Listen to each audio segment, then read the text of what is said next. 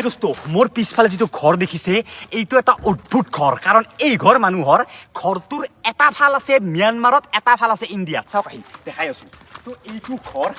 কতে world famous এটা ঘৰ হয় নেশ্যনেল জিঅ'গ্ৰাফিৰ পৰা ডিস্কভাৰীৰ পৰা চব ইয়াত আহিছে কাৰণ এই ঘৰটোৰ এইফালে আছে নাগালেণ্ড ইণ্ডিয়া এইফালে আছে ম্যানমাৰ তো আপুনি যদি ভৰিখন এনেকে দিয়ে এখন ভৰি থাকিব ইণ্ডিয়াত এখন ভৰি থাকিব ম্যানমাৰত আৰু ঘৰৰ ভিতৰত আৰু আল্টিমেট আহক ঘৰটোৰ ভিতৰৰ পিনে তো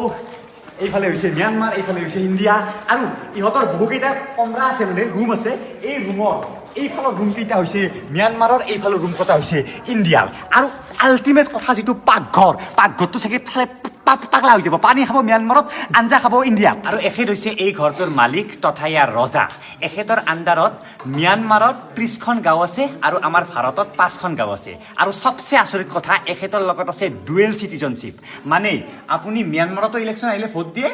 আৰু আমাৰ ইণ্ডিয়াতো ইলেকশ্যন আহিলে ভোট দিয়ে ৱাও ডুৱেল চিটিজেনশ্বিপ তো সঁচাকৈ অদ্ভুত এখন দুনিয়াত এখেত থাকে য'ত এখন ঘৰতে ম্যানমাৰো ইণ্ডিয়াও আৰু এখেত ইণ্ডিয়া আৰু ম্যানমাৰৰো আল্টিমেট